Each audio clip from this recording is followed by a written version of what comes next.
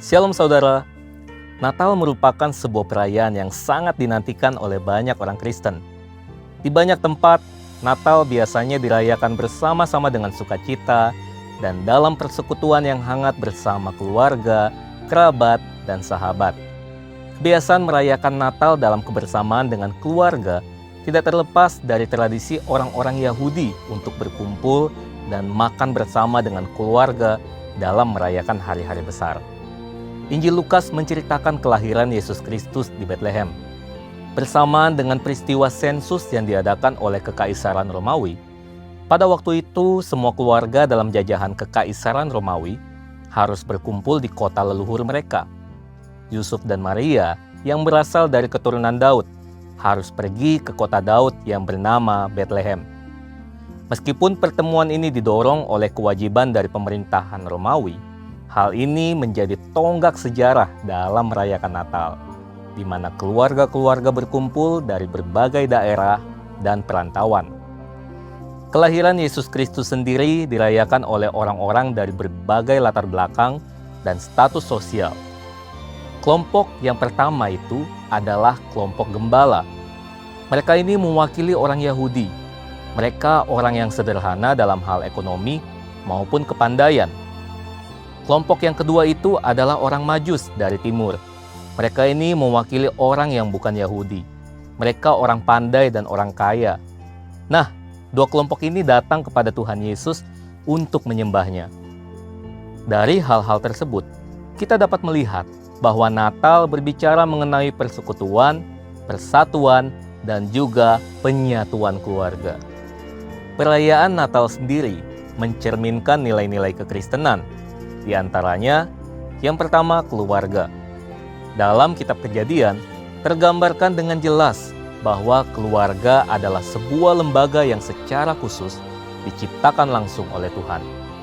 Penciptaan Adam dan Hawa sebagai keluarga adalah bukti penciptaan lembaga keluarga oleh Tuhan secara khusus dan spesial.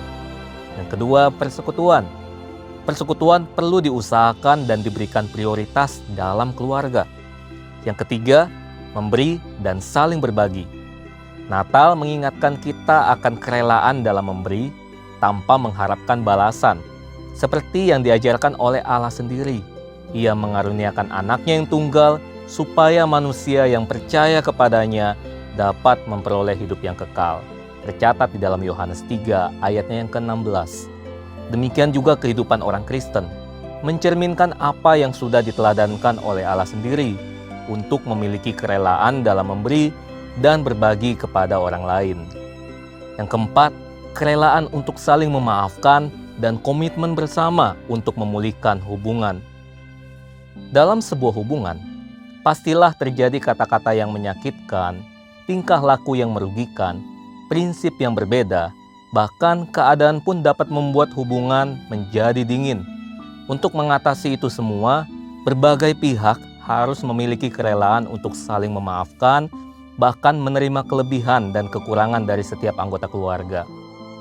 Persekutuan yang hangat tidak dapat terjadi tanpa adanya komitmen untuk saling memaafkan, saling menerima, bahkan kerinduan untuk terjadinya pemulihan hubungan bagi setiap hubungan yang rusak. Roma 12 ayat 18 menuliskan, "Sedapat-dapatnya kalau hal itu bergantung padamu, hiduplah dalam damai dengan semua orang." Efesus 4 ayat 32, "Tetapi hendaklah kamu ramah seorang terhadap yang lain, penuh kasih mesra dan saling mengampuni, sebagaimana Allah di dalam Kristus telah mengampuni kamu." Yang kelima, melayani bersama. Yosua 24 ayat 15b menuliskan, "Tetapi aku dan seisi rumahku, kami akan beribadah kepada Tuhan." Di masa ini, di saat setiap orang tenggelam dalam kesibukannya masing-masing, perayaan Natal mengingatkan kita akan pentingnya untuk memulihkan dan memelihara sebuah hubungan. Allah yang maha besar dan maha agung saja rela untuk mengaruniakan anaknya yang tunggal demi memulihkan hubungan antara Allah dan manusia yang sudah rusak. Demikian juga harapan Allah bagi kita semua.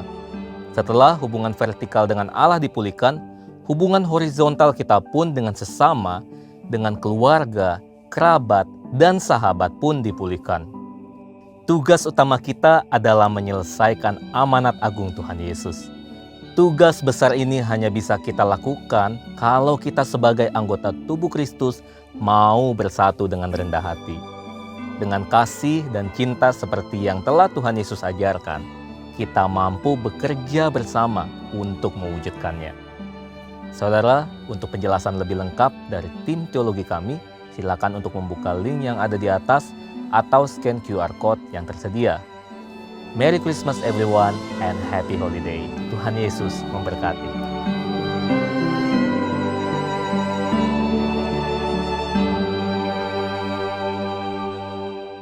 Shalom again, everyone. I hope you are ready to worship God. Hallelujah. Before we start, let's just declare together the third Pentecost. I would like to invite you to stand on your feet if you can. Let's declare the third Pentecost on the count of 3. 1, 2, and 3. The third Pentecost is a mighty outpouring of the Holy Spirit in this age that will be even greater than what happens in Azusa Street. The third Pentecost will bring about the greatest and final harvest of souls before the return of Christ. The third Pentecost will rise up the Jeremiah generation, which is the generation of young people who are filled with the Holy Spirit, loves Christ with a burning passion, will not compromise with sin, and will win souls for Christ. The third Pentecost is born in Indonesia and will spread to the nation. This movement will spread from the east to the west and back to Jerusalem. The third Pentecost will give us the power to fulfill the Great Commission and preparing the way for Christ's return. Hallelujah. Amen. Come on, are you ready to worship God? I just want to share God's faithfulness knows no end. Amen. His faithfulness knows no ends, and even all our life He has been faithful. You know, once He said He will do it. He will do what He said He will do. Not just for us, for 1,000 generations. Welcome to those who just joined us, Pastor Joshua and the family. It's good to see you. And we also have Pastor Franz and Ibu Gernaida from Indonesia. It's a great honor for us, for the team from Indonesia, to be able to worship God together. Hallelujah. My joy is full. Hallelujah. Amen. Let's sing together. 1,000 generations falling down in worship to sing the song of ages to the Lamb. Come on, all who've gone before us. And all who've gone before us, and all who will believe, will sing the song of ages to the Lamb. Your name is the highest. Your name is the highest. Your name is the greatest. Your name stands above them all. Throne.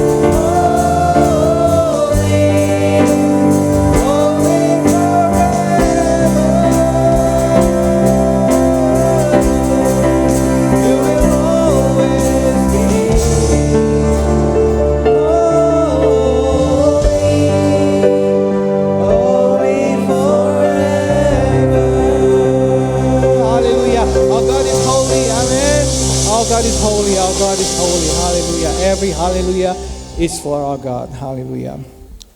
We just want to worship you, O Lord, because you are worthy to worship. We just ask, Lord, in this place that you may draw us to you, because you are beautiful, you're marvelous, you're wonderful, your love, you are our joy, you are our life. That we come, we want to worship you, Lord. We want to give all my heart, all our heart to you, because we know it's the right things to do, Lord. Because we depend on you, we need you.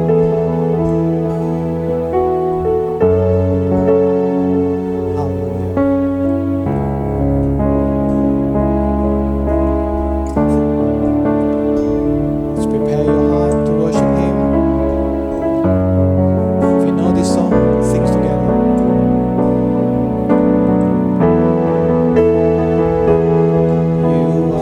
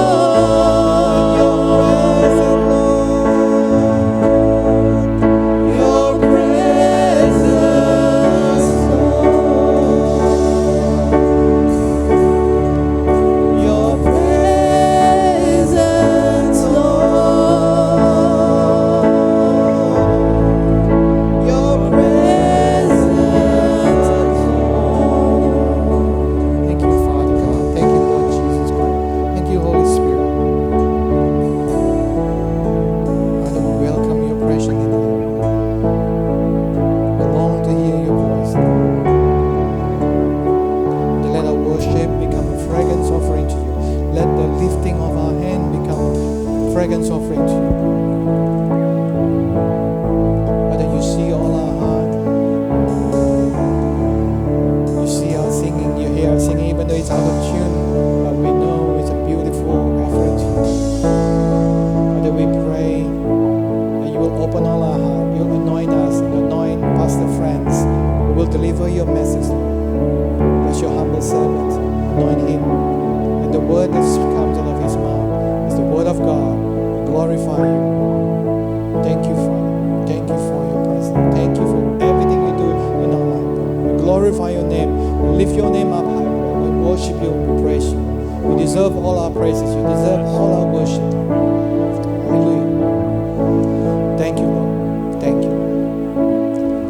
And to all my brother and sister, for you, if you're ready to listen to the word of God, we all say, Amen. Hallelujah. I will invite Pastor Frank to come on stage and you may grab your seat. Thank you.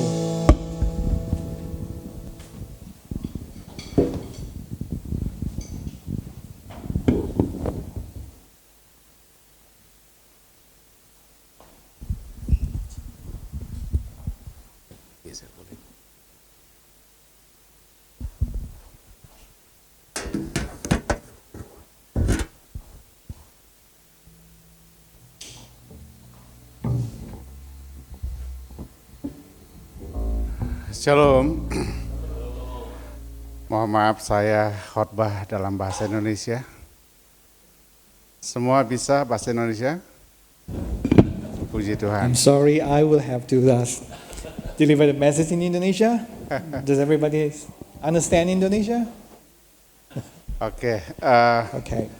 ini merupakan sebuah kehormatan bagi saya dan Ibu Gernaida. This is such a Saya great honor for me and my wife to be here.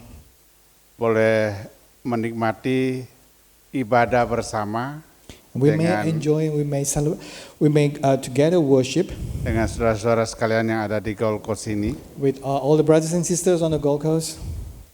Dan ini memang merupakan kesempatan pertama saya datang ke Gold Coast. This is actually my first opportunity to come to Gold Coast. Dan kami sangat menikmati kota ini. We really enjoy the city. Sudah 2 pagi kami jalan kaki sepanjang pantai. We have been walking since this morning alongside the beach. Kenapa saya katakan demikian? Why did I say like that? Karena di Indonesia nggak ada pantai seperti itu. Because there is no such beach, a beautiful beach like here Tapi- in Indonesia. Tapi saya meyakini Pak Elijah dan Ibu datang ke Gold Coast bukan karena pantai itu, I believe Pastor Elijah and wife are here not because of the beach. beliau datang di sini karena ingin melayani jiwa-jiwa yang ada di They are here Gold Coast ini. because they want to serve the souls here on the Gold Coast.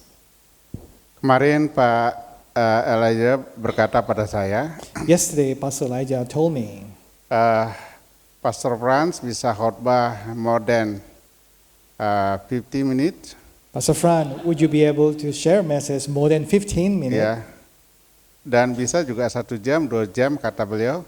And if it's 1 or 2 hours, that's okay as well. Tapi saya berpikir kalau saya sudah bicara lebih dari itu, saya khawatir Bapak Ibu sekalian sudah ketiduran. So my worry is if I speak longer than 1 hour, then all of you are going to fall asleep. Hari ini saya akan berbicara tentang refleksi perayaan Natal 2024. Today, I would like to share about the reflection of 2024 Christmas celebration.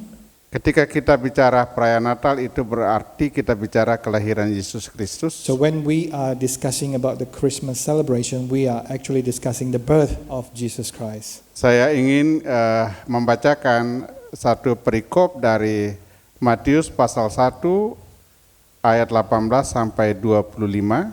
I would like to read from one paragraph from Matthew chapter 1 verse 18 to 25. Dalam bahasa Indonesia, kelahiran Yesus Kristus. Kelahiran Yesus Kristus adalah seperti berikut. Pada waktu Maria, ibunya bertunangan dengan Yusuf, ternyata ia mengandung dari Roh Kudus sebelum mereka hidup sebagai suami istri.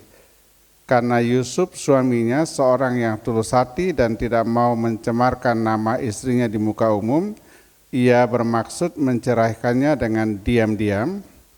Tetapi ketika ia mempertimbangkan maksud itu, malaikat Tuhan nampak kepadanya dalam mimpi dan berkata, Yusuf anak Daud, janganlah engkau takut mengambil Maria sebagai istrimu, sebab anak yang di dalam kandungannya adalah dari Roh Kudus.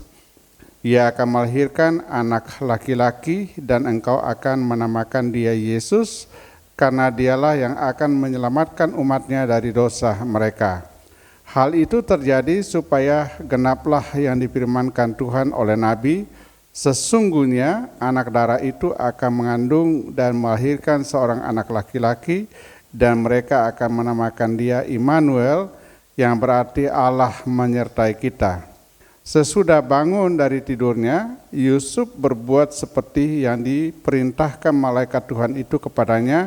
Ia mengambil Maria sebagai istrinya, tetapi tidak bersetubuh dengan dia sampai ia melahirkan anaknya laki-laki, dan Yusuf menamakan dia Yesus. Yang berbahagia adalah kita yang mendengarkan, So, this is from Matthew verse. memahami dan mempraktekkan firman ini dalam kehidupan kita sehari-hari. So, for those who have heard and practiced this word of God, is those who are happy and joyful. Saudara-saudara sekalian yang saya kasihi dalam Kristus, My brother and sister in Christ, kita patut bersyukur kepada Tuhan we ought to be grateful to God karena kita masih diberikan kesempatan merayakan Natal di tahun 2024. because we are still given the opportunity to celebrate Christmas in this 2024. Kenapa saya katakan kita patut bersyukur? Now, why did I say we have to be grateful? Karena kita telah berhasil melewati berbagai tantangan dan atau pergumulan hidup yang tidak ringan. Because we have overcome not one but many struggles in our life which are not easy. Khususnya sejak akhir 2019 sampai 2023, Especially from the end of 2019 to 2023, dunia dilanda oleh pandemi COVID-19. the world was hit by COVID-19 pandemic. Dan saya tidak tahu, tetapi di Indonesia banyak orang yang meninggal karena COVID. I don't know here, but in Indonesia there are many people who die because of COVID. Dan itu sebuah masalah yang serius, bukan hanya bagi Indonesia, tetapi paling tidak di lebih dari 100 atau 200 negara di dunia. So it is a serious problem, not just for Indonesia, but maybe for 100 or 200 countries in the world. Saya masih ingat ketika COVID bermulai, saya dengan istri dan beberapa teman lagi ada di Eropa. I remember when COVID started, me and my wife and a few of our friends were in Europe. Kami menyaksikan bahwa COVID itu begitu menakutkan dan banyak orang yang betul-betul kehilangan nyawa karena COVID. We witnessed that COVID is so horrible and so terrible, and we witnessed many people lost their life because of that. Waktu itu kami in out di Prancis. We were out in French, Dan mestinya kami pulang lebih lama, tetapi karena COVID maka terpaksa kami pulang. Saya ingat persis itu tanggal 18 Maret 2020. so we were supposed to stay longer, but because of COVID we have to leave. We have to leave earlier. Dan waktu itu kota Paris And at that time, the seperti kota mati. Paris, like a dead city. Di bandara yang begitu besar tidak ada manusia yang berkeliaran. In such a big airport, there are not many humans walking around. Dan kami bersyukur oleh karena kami sempat kebingungan bagaimana harus kembali ke Indonesia. We were very grateful. We were confused how we could get back to Indonesia. Tapi puji Tuhan ada satu maskapai penerbangan yakni Thailand. Praise God, there is one airline from Thailand Bisa kembali ke Asia dan was allowed to fly back to Asia. saat itu kami bisa kembali dan sampai di Indonesia dengan And when we selamat. arrived in Indonesia safely. Dan beberapa saat kami harus ada di rumah karena begitu dengar ada orang Indonesia pulang dari luar negeri. So we have to be quarantined at home because we heard some people from Dicurigai arrive home. sangat ekstra karena dianggap membawa virus. So we were treated specially because we thought we were carrier of the virus. Tetapi yang saya mau katakan bahwa kalau sampai hari ini kami ada di sini dan kita semua ada di sini, kita melewati pergumulan yang begitu berat. I just want to stress out that if we are here today, we all here today, we have gone through, we have overcome a really heavy struggle. Itu bukan karena kita, tetapi itu adalah karena anugerah Tuhan. And that's not because of our work. That's It's not because about us, the gift this is of God, about the grace of grace of God. it's about the grace of God. Nah, saudara-saudara sekalian, Brothers and sisters, kita sekarang merayakan Natal. today we are celebrating Christmas. Ini adalah sebuah kesempatan yang amat sangat penting bagi kita. So this is a meaningful celebration, meaningful opportunity for us. Tapi persoalannya adalah ada bahaya But the problem is, there is a present danger di mana perayaan yang seharusnya merupakan suatu refleksi mendalam tentang kelahiran Yesus Kristus where the celebration, which is supposed to be a contemplations about the birth of Jesus Christ, berubah menjadi kegiatan rutinitas belaka and this is modernized to become a regular practice. tanpa pesan nilai-nilai rohani yang bermakna yang jelas. And this is done without a vivid spiritual message. Kalau kita melihat di kota-kota besar seperti di London, If we look at the big cities like in London, di Paris, in Paris, bahkan di dunia Arab sekalipun, even in the Arab countries, Natal dirayakan begitu meriah. there was big celebrations of Christmas over there. Berbeda ketika Natal yang pertama. It's different to the first Christmas. Dan saya curiga bahwa Natal mulai bergeser. And I suspect that the Christmas celebration has shifted. Apanya yang bergeser? Pemahaman What has yang shifted bergeser. is a understanding of the celebration itself. Kita lebih fokus pada celebration yang penuh dengan kemeriahan. We more focus on the celebrations, Tapi kita gagal mengekspos atau melakukan refleksi yang mendalam tentang bagaimana Tuhan hadir menyapa umat manusia dalam kesederhanaannya. but we often fail to understand how God presence in our life greet us.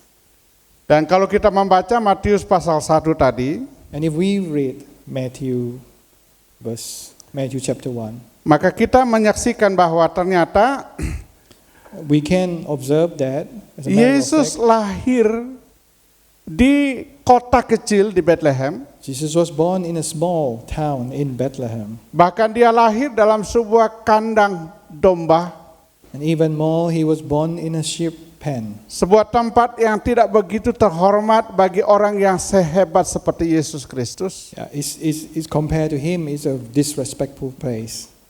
Bukan hanya itu, ternyata kelahiran Yesus Kristus ini Not just that, the birth of Jesus Christ sangat misterius bagi banyak manusia. is mysterious for many people.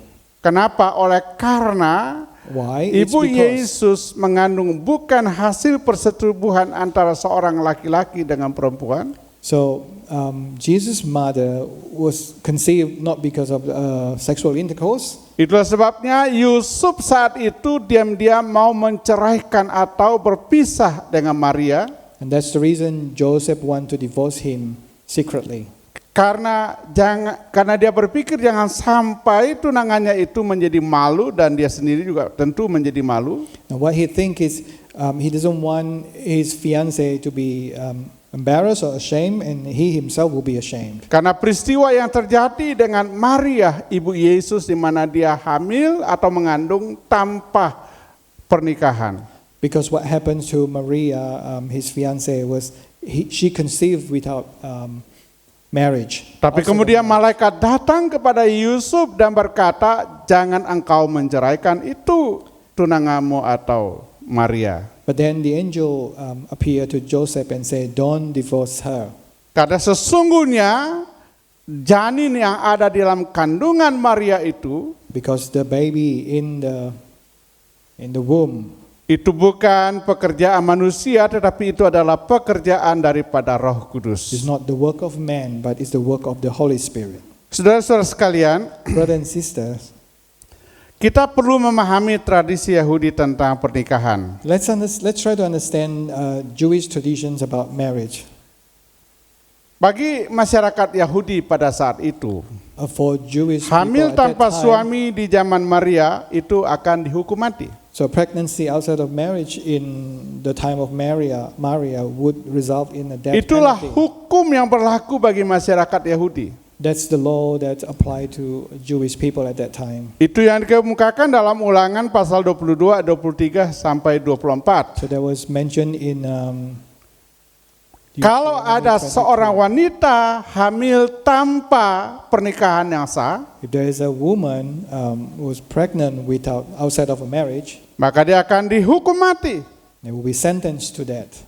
Tentu ini adalah sebuah kondisi yang berbeda dengan sekarang. So this is a really different situation with current. Sekarang hamil di luar nikah yang sah itu dianggap sebagai sesuatu yang biasa saja. Nowadays, pregnancy outside of a marriage is just a normal thing. Dan ini adalah tantangan yang serius bagi gereja Tuhan dan juga tentu bagi kita sebagai orang percaya dan khususnya sebagai pelayan Tuhan. So this is a serious challenge for all of us, not just the servant of God. And Dan the saya church. harus katakan bahwa ini harus kita pelihara, yaitu hidup yang kudus. Karena dalam Imamat 19 ayat 2, kuduslah kamu sebab aku Tuhan Allahmu kudus. So we have to keep ourselves holy because in the Leviticus it says that, for I am holy, you must be holy. Walaupun memang saya sadar ini tidak mudah, Although I realize this is not easy, tapi kita harus paham bahwa memang jalan menuju ke sorga itu tidak mudah. but we have to understand the path to heaven is not easy.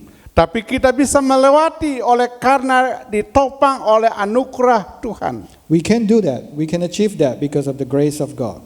Dan untuk itulah Yesus Kristus lahir ke dunia. And for that reason, Jesus Christ was born to the world. Saudara-saudara sekalian yang saya kasih dalam Kristus, So, brothers and sisters in Christ. ada 3 tahap pernikahan dalam tradisi Yahudi. There are 3 stages of marriage according to Jewish tradition. Yang pertama adalah The first one is, seluruh pihak keluarga harus setuju. so both groom and the bride's family, they must agree, Baik pihak laki-laki maupun pihak perempuan. from the groom side and the bride's family, they both must agree on the marriage. Saya tahu bahwa beberapa hari ke depan Pak Gembala akan mantu. I know that Pastor Elijah will have a son-in-law in just a few days. Tapi tentu tidak seperti membeli kucing dalam karung. Of course, you're not buying a cat in a sack. Ada pengenalan satu dengan yang lain, So there is an introduction or orientation or no between dan each ada other. kesepakatan antara 2 keluarga yang akan menyatu ini, And there is an agreement between these 2 families who will, bahwa mereka setuju anak-anak mereka akan menikah They dan both menjadi agree satu that dalam keluarga. their children will be married. Kalau tidak, saya kira nggak jadi. If not, then I think it won't happen. Dan itu tradisi yang sangat baik. And that's a good tradition. Tapi kita juga seringkali mendengarkan bahwa ada orang kemudian kawin lari But we often hear people who just get married and run tanpa away persetujuan kedua belah pihak dari. without an agreement or mereka. approval from both families. Nah, saudara-saudara sekalian, yang kedua adalah diumumkan kepada orang banyak sebelum resmi menikah. So the second one is the marriage must be announced to public before they actually married. Saya berasal dari sebuah gereja tradisi. I came from a traditional church. Dulu ketika ada orang mau menikah, maka calon pengantin itu minimal 6 bulan sebelumnya diumumkan di papan pengumuman dan tidak boleh dihapus. So in the old times, when someone want to get married, the announcement has to be put into the public 6 months before the marriage itself and cannot be taken down. Jika ada orang keberatan atau merasa juga ikut memiliki dari salah satu calon pengantin itu, If there are any objections or if anyone consider that they own one of the side of the, maka automatically pernikahan itu pasti dibatalkan. so the marriage will be cancelled.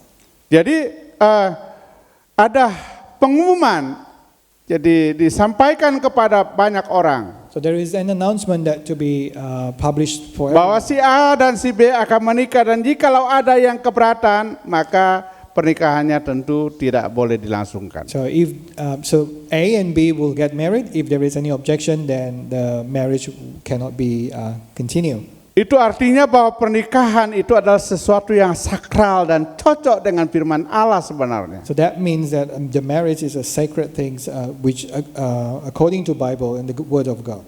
Setelah itu barulah kemudian kedua orang tersebut bisa hidup bersama. And after that, both couples must live together. Saya sadar betul dan ini tantangan untuk gereja Tuhan. And I Di believe, and I really understand negara-negara it's a challenge maju for itu church. tidak terlalu diberi perhatian yang serius. In modern world, these things are not taken seriously.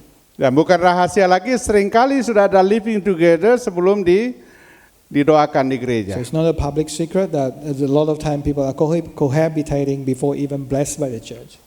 Dan saya yakin bahwa kita tidak sependapat dengan praktek atau cara-cara hidup And we seperti ini. believe we all disagree with this kind of practice, right? Nah, saudara-saudara sekalian yang saya kasih dalam Kristus, Brother and sister in Christ. kelahiran Yesus itu adalah peristiwa unik dan spesial. So the birth of Jesus Christ is a unique and special event. Keunikannya adalah kelahirannya sudah dinubuatkan di dalam perjanjian lama. The unique about it is his birth was prophesied in the Old Testament. Bahkan bukan hanya kelahirannya, tetapi juga kematiannya pun sudah dinubuatkan. Not just his birth, but his death has also been prophesied. Itu dikemukakan di dalam kitab Nabi Yesaya, saudara-saudara sekalian. So it was mentioned in the book of Isaiah. Dan saya tidak mendapatkan tokoh manapun di dunia yang ribuan tahun sebelumnya sudah dijelaskan tentang hidupnya, proses lahirnya, bahkan sampai matinya di atas kayu salib. I've never found one person in the whole world that his life and death has already been described in a book. Hanya Yesus Kristus. Only Jesus Christ. Ibu bapak sekalian yang saya kasih dalam Kristus, Brother and sister, that silsilahnya sudah dijelaskan juga di dalam perjanjian lama. his genealogy was explained in the Old Testament. Itu sebabnya kalau kita baca Matius pasal 1 ayat 1, If we read Matthew chapter 1 verse 1, dikatakan bahwa inilah silsilah Yesus anak Daud. so it was said that this is the genealogy of Jesus, the Tidak son of dimulai dengan pemberitaan bertobatlah kamu karena kerajaan sorga sudah dekat. David. It didn't start with repent because the kingdom of heaven is closed. Tapi ini perlu bagi masyarakat Yahudi bahwa firman itu akurat, tidak ngomong-ngomong kosong. So this is important for the Jewish people because the word of God is accurate and is not nonsense. Bahwa Mesias itu Yesus Kristus lahir dari garis keturunan Daud. So it was clear that the Messiah was born from the descendant of David. Saudara-saudara sekalian, Brother and sister, jadi tidak ujuk-ujuk datang begitu saja. so it doesn't just happen like that. Ada sejarah panjang yang betul-betul jelas dan terukur. There are long history that was clear and measured. Dia lahir dari seorang perawan Maria. He was born of a virgin woman, Maria. Dia lahir bukan hasil dari pada persetubuhan manusia laki-laki dan perempuan. He was born not because of a sexual intercourse between a man and a woman. Itu sebabnya Yesus tidak lahir dalam kuadrat dosa. That's why it means that Jesus was not born Dalam from a kodrat sinful dosa. family. Nah, saudara-saudara sekalian, berbeda dengan kita. So it was Kita different to lahir us. dari kondisi dosa. We are born with sin. Yesus dikandung oleh Maria oleh karya Roh Kudus. Jesus was conceived by Maria through the Holy Spirit. Saudara-saudara sekalian yang saya kasih dalam Kristus. Brother and sister in Christ.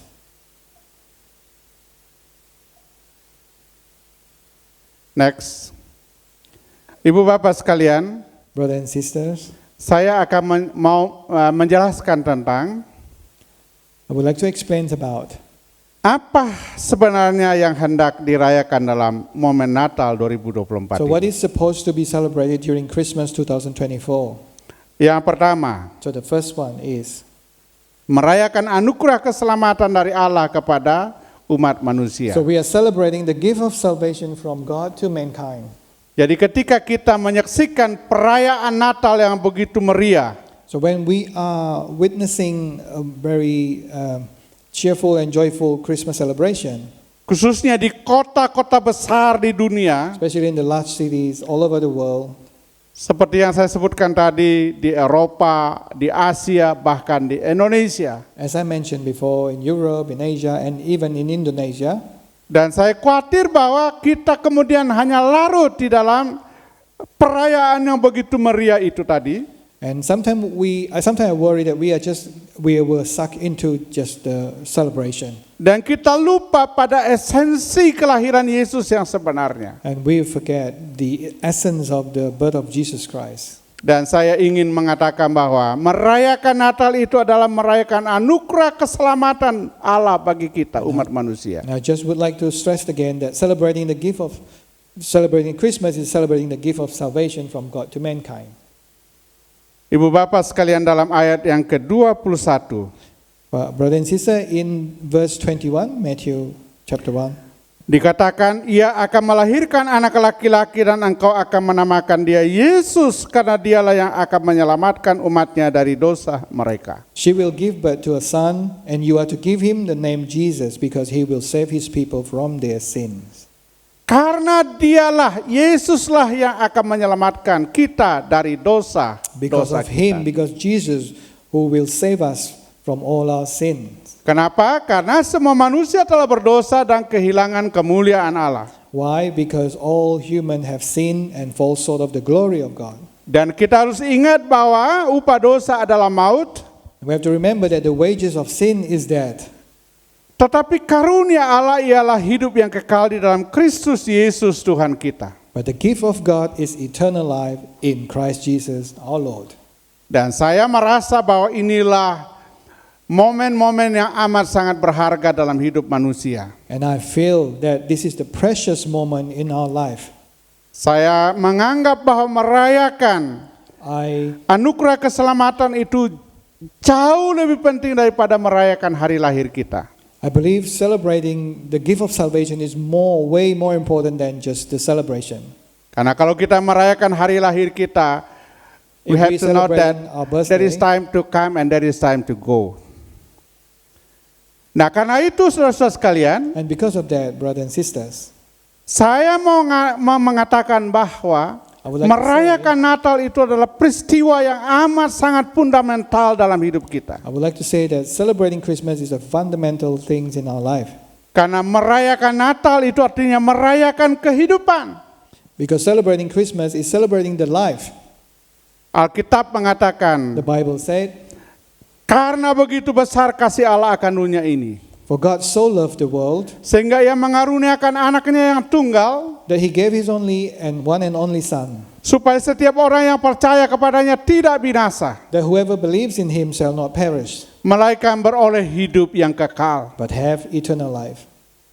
Karena itu saudara-saudara sekalian, Because of that, brother and sister, merayakan Natal artinya merayakan keselamatan.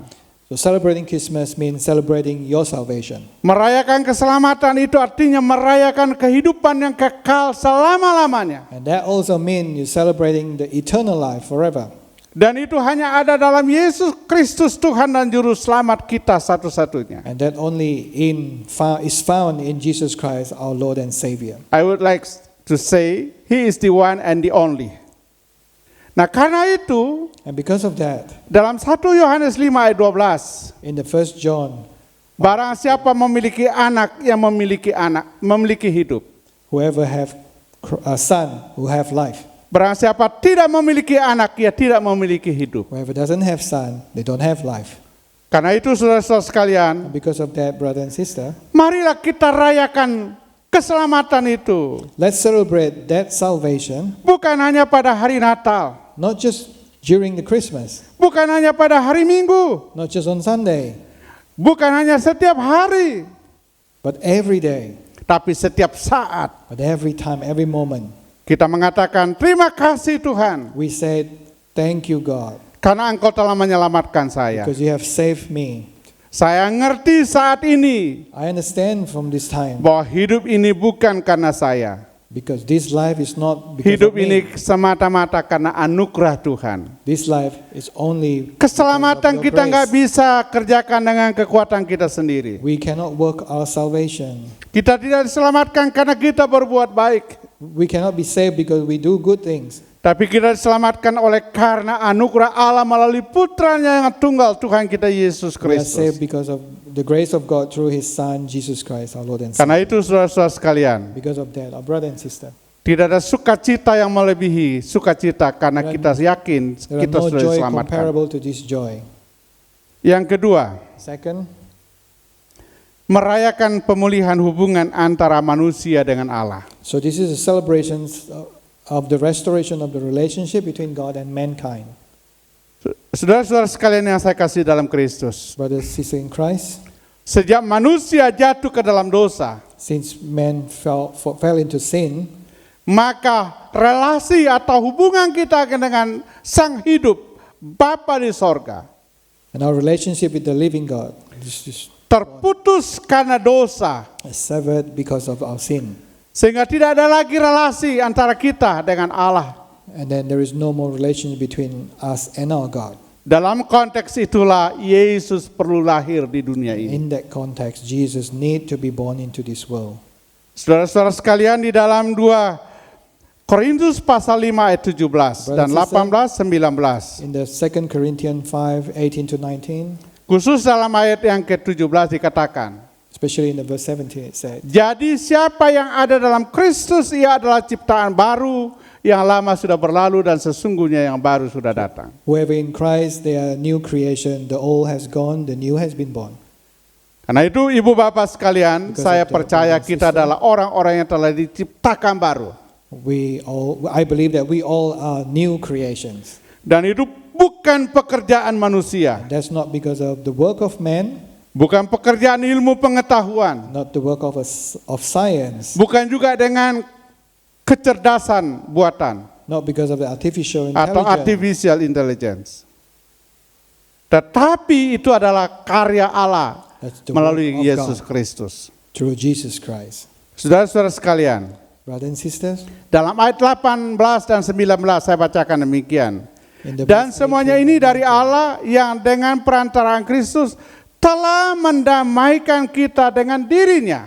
all this is from God who reconciled us to himself through Christ and gave us the ministry of reconciliation. Allah mendamaikan, Kristus telah mendamaikan kita dengan Allah Bapa di sorga, That God was reconciling the world to himself in Christ. dan yang telah mempercayakan pelayanan pendamaian itu kepada kami, Not counting people's sins against them, sebab Allah mendamaikan dunia dengan dirinya oleh Kristus dengan tidak memperhitungkan pelanggaran mereka. Ia telah mempercayakan berita pendamaian itu kepada kami. that God was reconciling the world to himself in Christ, not counting people's sins against them, and he has committed to us the message of reconciliation. Saudara-saudara sekalian, saya Brothers and bersyukur sisters. karena saya sudah diperdamaikan oleh Kristus dengan Bapa di sorga. I'm grateful because I have been reconciled with God the Father in heaven. Dalam bahagian Alkitab yang lain, Another verse in the Bible, Yesus mengatakan, Jesus said, saya tidak menyebut kamu lagi sebagai siapa-siapa, kecuali saya menyebut kamu sebagai sahabat. I don't call you anything else, but I call you a friend. Dan kita sudah menjadi sahabat Allah, And we have been a friend of God karena Kristus telah lahir.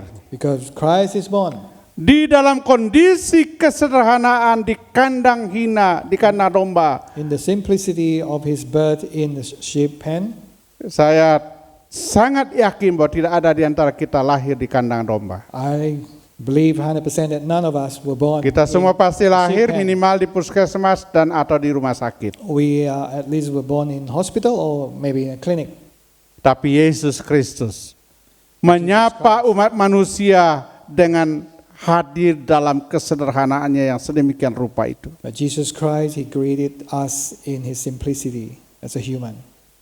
Hanya Humility. satu misinya, menyelamatkan kita dan memperdamaikan kita dengan Bapanya di sorga. There's only one mission, to save us and to reconcile us with the Father in heaven. Sekarang kita bukan lagi menjadi musuh Allah, tetapi kita menjadi sahabatnya Allah. We are no longer the enemy of God. We are friends of God.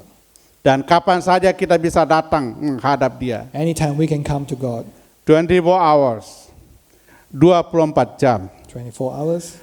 Mau siang, mau malam, mau pagi, mau sore, Day and night. kita datang afternoon, menghadap Dia, morning, Dia afternoon. membuka tangannya, mendengarkan kita, If we dan come to menyapa Him, kita. He'll open His hand, listen to us, and greet us.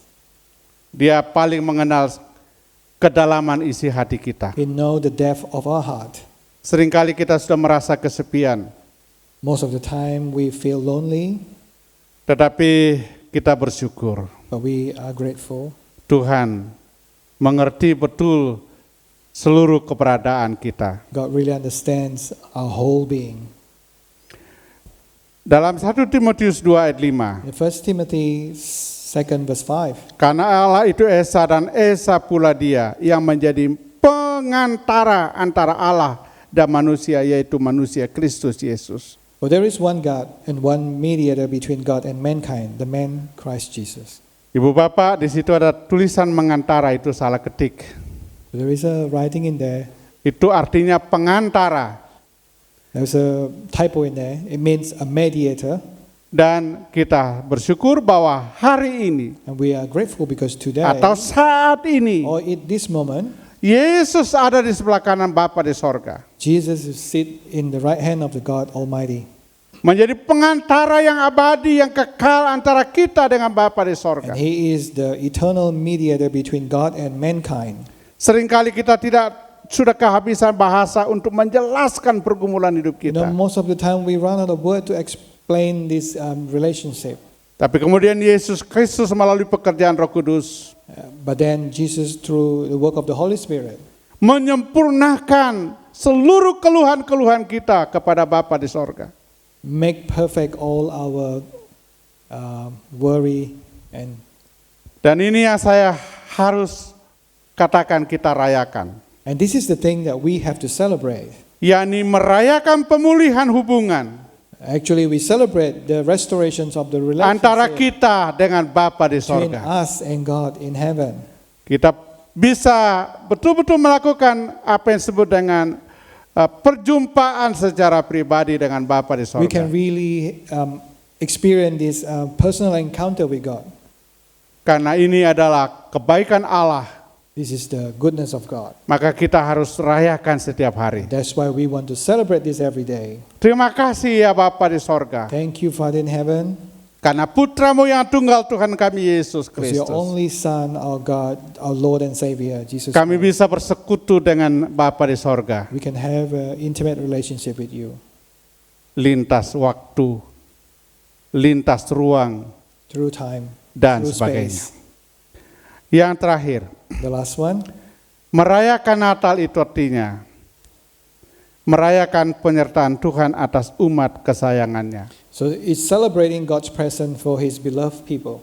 Saya percaya bahwa Bapak Ibu sekalian yang datang dari Indo kemudian tinggal di I Australia believe ini, those my brother and sister who came from Indonesia and live here, sekalipun saya tahu negara ini negara maju, even though I know this is a developed country, tapi bukan berarti tanpa persoalan. it doesn't mean that it doesn't have any problem.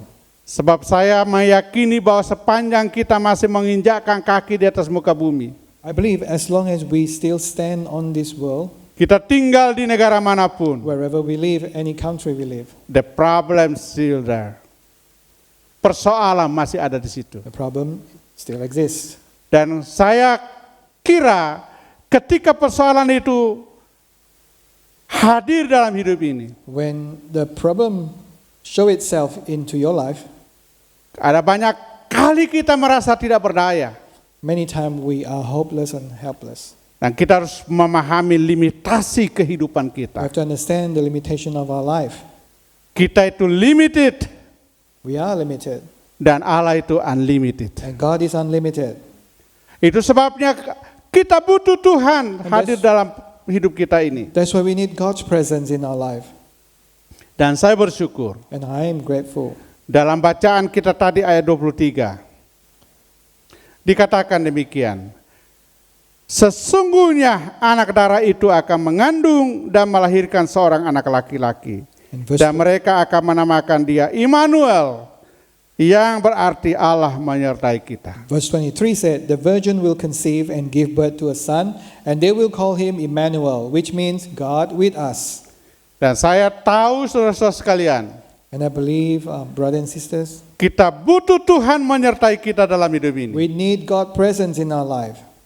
Dan kalau Tuhan menyertai kehidupan kita, And if there is a God presence in our life, saya ingin memberikan satu contoh dalam Alkitab. I would like to share an example from the Bible, 2 Tawarik pasal 17. 2 Chronicles 17. Di dalam teks itu dikatakan, dan Yosafat mendapat penyertaan Tuhan. And Jehoshaphat received the presence of God. Saudara-saudara sekalian, Brothers and dalam ayat sisters, yang ketiga jelas dikatakan demikian. verse 3 it says, Karena dia mendapat penyertaan Tuhan, maka ayat yang kelima, because he has the presence of God. Then verse 5 said, maka Yosafat makin lama makin kuat dan luar biasa kuatnya. and Jehoshaphat grows stronger and stronger and very strong, Dan bahkan menjadi orang yang sangat dihormati dan atau dihargai. and become most respectful persons. Dalam ayat yang ke-10 2 Tawarik 17, 2 Chronicles 17 verse 10 it said, semua musuh-musuh yang berhadapan dengan Yosafat ketakutan dan tidak berani berperang melawan Yosafat karena Tuhan menyertainya. all his enemies fear him because God is with him. Artinya apa? Kalau Tuhan menyertai kita, What does it mean when God is with us? kita akan menjadi pemenang bahkan lebih daripada We pemenang. will become a winner, even more than a winner. Dalam ayat yang ke-11 dari 2 Tawarik 17 itu, In verse 11 it said, Yosafat diberkati dengan berkat-berkat jasmani yang berlimpah-limpah. he was blessed with abundant physical blessing. Orang-orang Filistin, orang-orang Arab, The dan Philistines bangsa-bangsa di sekitarnya and the nations membawa around him, kambing domba kepada they Yosafat. brought their cattle to him. Dan bahkan Yosafat menjadi kuat dan sangat kuat dalam ayat 12. And Jehoshaphat become so powerful. Dan saya yakin kalau Tuhan menyertai kita, And I believe if God is with us, Tuhan akan membuat kita menjadi orang yang patut dihargai. God will make us a person, a respectful person. Orang yang dihargai adalah orang yang hidupnya menjadi sumber rahmat bagi orang lain. People who are respected, they will be a blessing to other people. Memberi inspirasi yang baik pada sesamanya dan They dunia will ini. inspire others, Dan saudara-saudara sekalian, brothers and sisters. saya sungguh bangga I am proud menjadi pengikut Kristus. to be the follower of Christ. Karena Yesus Kristus sendiri juga mengatakan di dalam And Jesus Christ Matius pasal himself 28 ayat 20. said in Matthew 28 verse 20, Dan ajarlah mereka melakukan segala sesuatu yang telah kuperintahkan kepadamu. and teaching them to obey everything I have commanded you. Dan ketahuilah aku menyertai kamu senantiasa sampai kepada akhir zaman. And surely I am with you always to the very end of the age.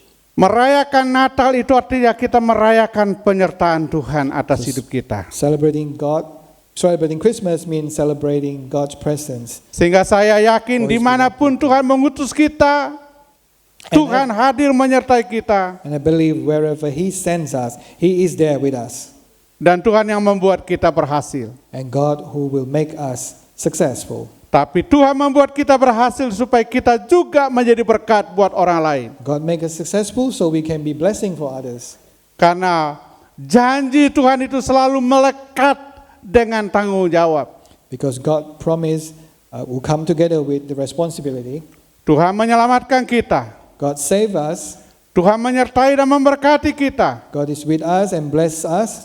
Supaya kita menjadi inspirator bagi orang lain. So we become the inspirations for others. Inspirator dalam hal baik, yakni menjadi orang yang hidup takut dan taat kepada Tuhan. Which will bring a good inspiration to other people as a person who fear God.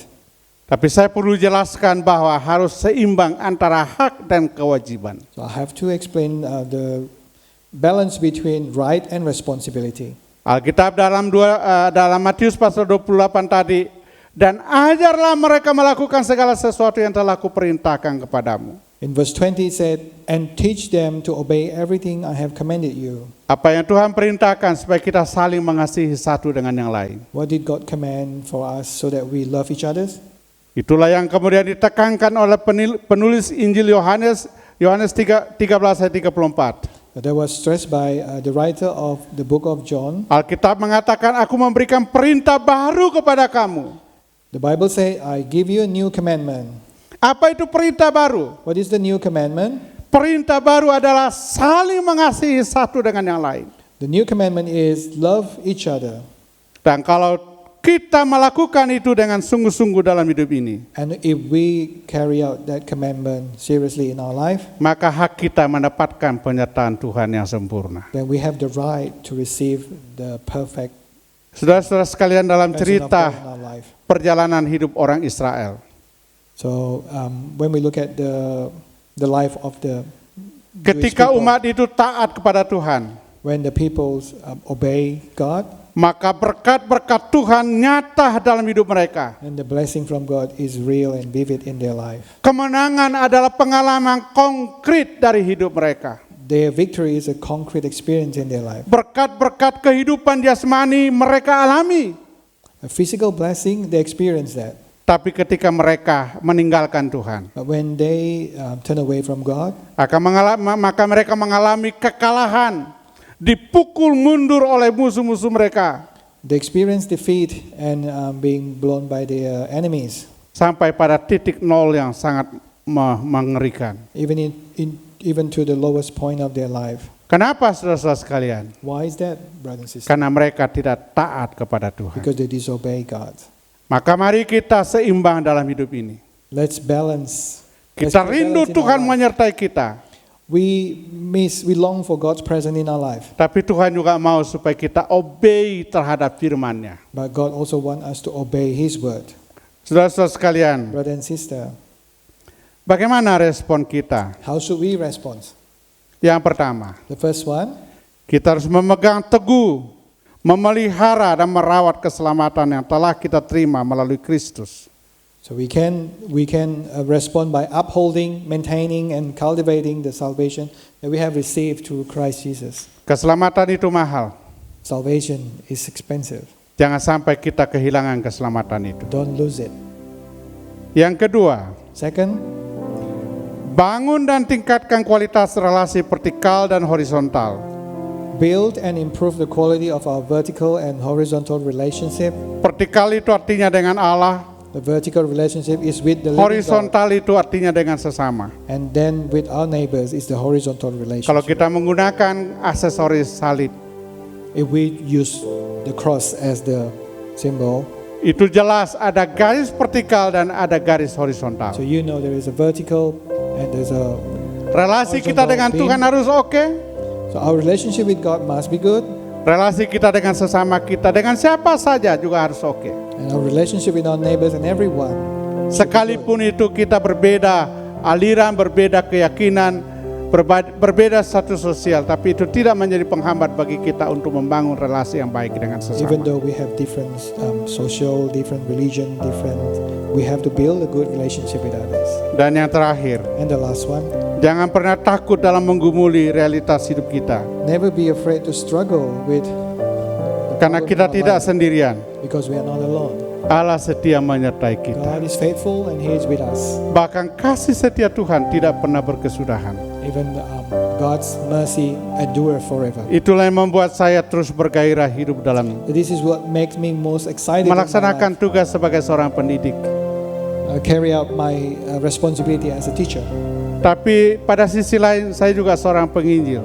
And then on the other side, I'm also an evangelist. Saya dengan istri seringkali berkeliling ke berbagai pulau di Indonesia. My wife and I, we often travels around the Bahkan country kami in pergi Indonesia. ke daerah-daerah yang sangat ekstrim, sangat terpencil. We even went to the very rural and remote area in Indonesia. Kami sudah jalani juga semenanjung Malaysia, daratan sampai ke Kinabalu, sampai ke Filipina Selatan, dan sampai ke China. So from Malaysia, Philippines, and even to China.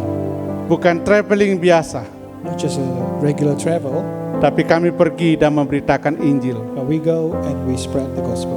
Sebab apa? Why? Roma pasal 10 ayat 17. Romans 10:17 said, Kita semua sepaham bahwa kita diselamatkan karena beriman kepada Kristus. we all agree that we are saved because we have faith in Christ. Tapi dalam Roma 10 ayat 17, Then in Romans 10:17, jelas dikatakan bahwa iman timbul dari pendengaran firman Kristus you itu. say faith comes by hearing the word of God. So never stop to, jangan pernah berhenti So never stop untuk menyampaikan firman Allah kepada siapa saja to spread the word of God to anyone yang kita temui, entah di market, entah di office, entah di tempat-tempat umum. anyway, the public places, the coffee shop or marketplace. Itulah tugas kita yang sangat penting. That is our duty, Dan most saya important berharap duty. kita laksanakan itu dengan sangat sukacita. We have to do this with joy. Finally, saya mau mewakili istri dan anak-anak mengucapkan selamat Natal 2024 kepada kita semua I would like to say to you, Merry Christmas to everyone here dan selamat menyongsong tahun baru 2025. and Happy New Year 2025. Tapi juga selamat kepada Pak Gembala dan Ibu Also, yang akan congratulations to Pastor Elijah mantuh tanggal 28. for the weddings on the 28th December.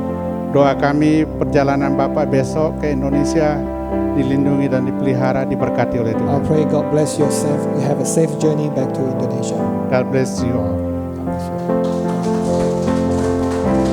Thank you, Pastor Franz. Saya kembalikan kepada Pak. Shalom, everyone. Shalom. Shalom. Thank you so much, Pastor, for sharing the Word of God. Today, for our offering message, the Bible verse that I have prepared today comes from Acts 20, verse 35. So the Bible says, "In everything I did, I showed you that by this kind of hard work, we must help the weak, remembering the words the Lord Jesus himself said, 'It is more blessed to give than to receive.'" So what do we learn from the Bible about giving? So the first thing that we learn is that giving means following God's footsteps. So like the Bible verse says, we know for sure that our God is a generous God. That every day He gives us more and more blessings, right? Every day He gives us the breath to live. He gives us our basic needs. He gives us our clothes, our shelter, and everything He has. And He is always faithful in His love, mercy, and compassion towards us. He also especially gave us His very best, especially when we're celebrating Christmas. We remember that He gave us Jesus Christ, which is the best of the best. The second thing that we learn is that giving actually blesses the work of God. So God is always blessed when we give, because giving helps His work on our earth. So God is honored and His kingdom expands when we give to the church. The gospel may be free, like preaching the word of God may be free, but opening up a church, building up the church, all the daily, those take up costs. And when we give to the church, we help expand His kingdom on earth and let more and more people hear the gospel of God. The third thing we learn is that when we are blessed, we can also bless others by giving to others. So I'm sure everyone here has ever received a gift from someone, right? Everyone has? And what do you feel when you get a gift from someone? You feel happy, you feel special, and you feel loved. So when we have the opportunity to do the same for others, not just giving in terms of financial, but maybe giving in terms of our time, giving in terms of sharing the word of God, it makes a difference in their life. And we can actually bless people in more powerful ways through our generous giving. And the last thing that we can actually learn from the Bible is that giving is actually good for us. So that might sound a bit weird, because in the world, what the world teaches us is when I give, I make a loss. But God's wisdom says, when you give, you actually gain more. So when we give, we open up the heavenly gates for God's blessing to pour out on us, right? The Bible teaches us that when we give in faith, we are trusting God for His miraculous provision to come our way. He doesn't ask us to give more than what we already have, but when we start to give first in faith and obedience, He will release His blessings into our life. And we can see that in many examples throughout the whole Bible. So today, let's give to the Lord and give and build up His kingdom here.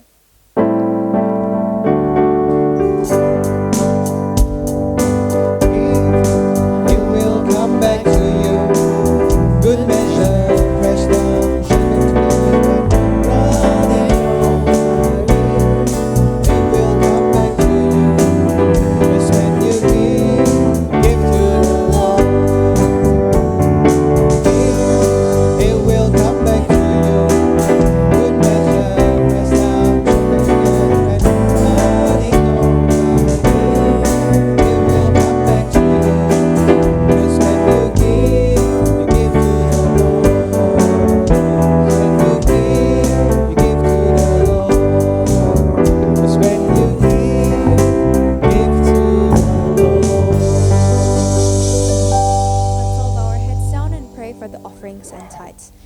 God, we thank you so much, Lord, for giving us the greatest example, Lord, of how you are such a generous God and a giving God.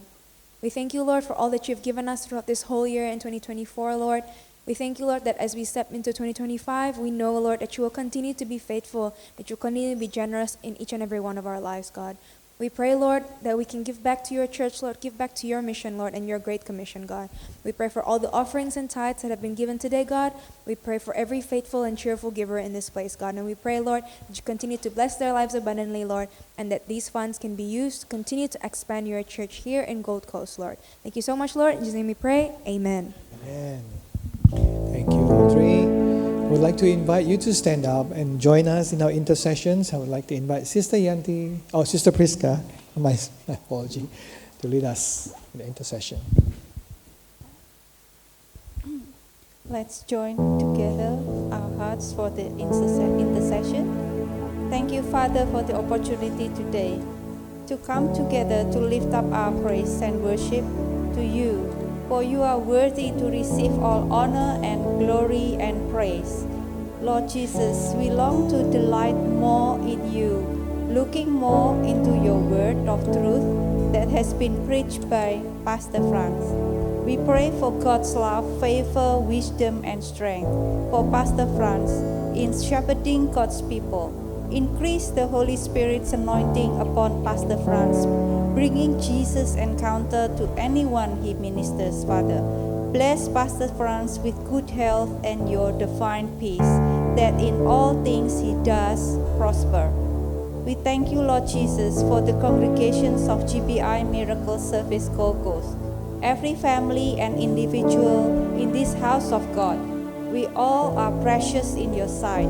We pray that each one of us will have a fresh revelation of the Father's love, a fresh revelation of the grace of our Lord Jesus Christ, delighting in the Word of God daily and having encounter with our Savior Jesus, so we can build our lives in the Word of God and Christ's characters can be formed in us. This is our prayer. This is our desire, Lord. A spiritual breakthrough takes place within us. For those needing healing from sickness, in the mighty name of Jesus, we proclaim Matthew 8:17. Jesus put upon himself our weaknesses, and he carried away our diseases and made us well. Lord Jesus, we thank you that by your stripes we are healed. We are freed from sicknesses and disease as we are free from sin. We speak life, healing, and wholeness to you now in Jesus' mighty name. We pray for deliverance from sin and power of darkness. Thank you, Lord Jesus, for your shed blood. We can be forgiven from our sins and be redeemed. There is power in the blood of Jesus. So, Father, we come in the name of Jesus to plead his blood over us, breaking addictions, spiritual bondages, and destroying the works of the enemy in all its kind. We decree the blood of Jesus washes us, purify us, protect us, and make us whole. We declare that the kingdom of God, which is righteousness, peace, and joy in the Holy Spirit, is within us. We pray for unity among all congregations of GBI MSGC. Let God's agape love bind us in perfect harmony and enable us to live in humility with one another. We pray for those who are studying, that God blesses them with focus and concentration to engage deeply with their studies and able to overcome distractions, anxieties that hinder their ability to learn effectively. Lord, we lift up our senior pastor of GBI Katsu, Pastor Nico and his deputy and families, senior pastor of CK5, Pastor Timotheus Hardono and his deputy and families, senior pastor of Australia and New Zealand, Pastor Elijah Alexius and his family, senior pastor of GBI MSGC, Pastor Indrawati Setiono, home pastor of GBI MSGC, Pastor Michelle Salim, and Bernie Salim. Lord Jesus, we thank you for our senior pastors and all leaders in this house. We pray for their personal walk with you. Keep their hearts tender and responsive to your voice. Intervene in their life challenges and in ministries. Make known your will and grant them steadfast spirit, rooted and grounded in your love. May they find their strength, joy, and fulfillment in your presence, leading from a place of overflow and surrender. Fill their lives with your glory and victory. Lord, we commit Australia into your hands. To the leaders, all members, those who are in positions and authority in the government, may they act and lead according to your word. Grant them a spirit of fear of the Lord, so that in every way they will act in obedience to God's wisdom and directions. May the grace of the Lord Jesus be poured out abundantly on Australia and be saved. Father God, we lift up our praise for Israel. We ask you to send your shalom, peace, and prosperity to Israel. May the people of Israel call upon the name of Jesus Christ, accepting Christ Jesus as their Lord and Savior. We bless Israel today with the Father's love, grace, and mercy, causing her to turn away from their rebellion to you. We pray now for the outpouring of the Holy Spirit around the world. Thank you, Father, for your Holy Spirit in our life. We desire to be filled more and more of your Spirit, Lord. Quicken our hearts and renew our minds each day to hunger and thirst for righteousness in a deeper way. Revive a quickened sensitivity to your Spirit's voice.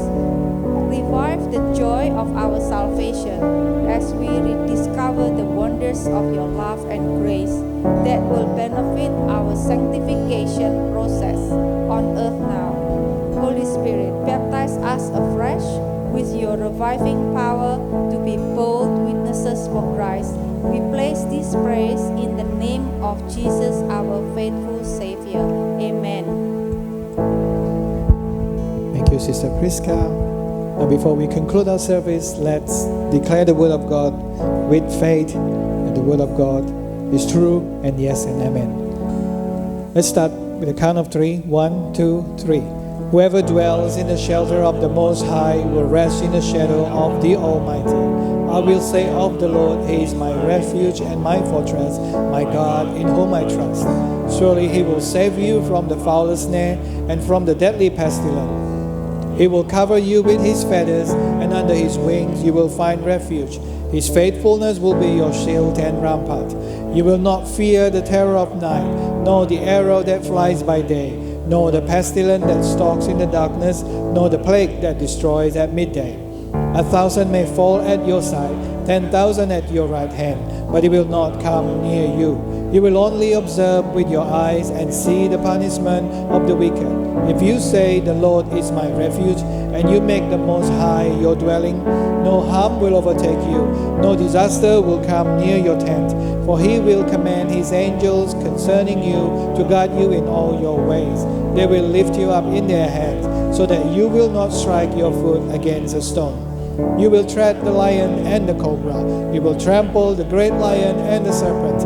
Because He loves me, says the Lord, I will rescue him. I will protect him, for he acknowledges my name. He will call on me, and I will answer him. I will be with him in trouble. I will deliver him and honor him. With long life, I will satisfy him and show him my salvation. Amen.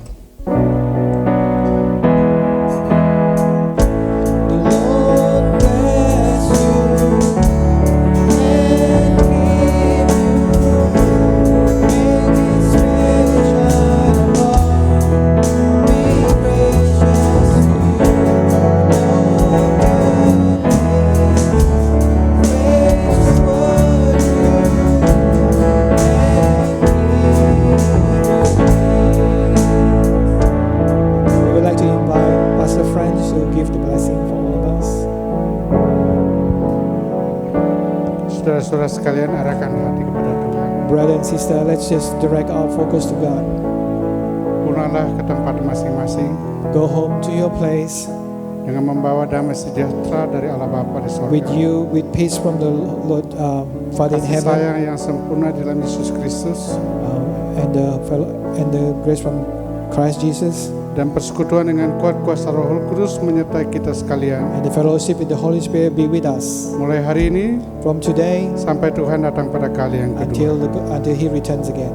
Yang sudah diberkati bersama-sama katakan amin. Everyone who is blessed, we all say, Amen.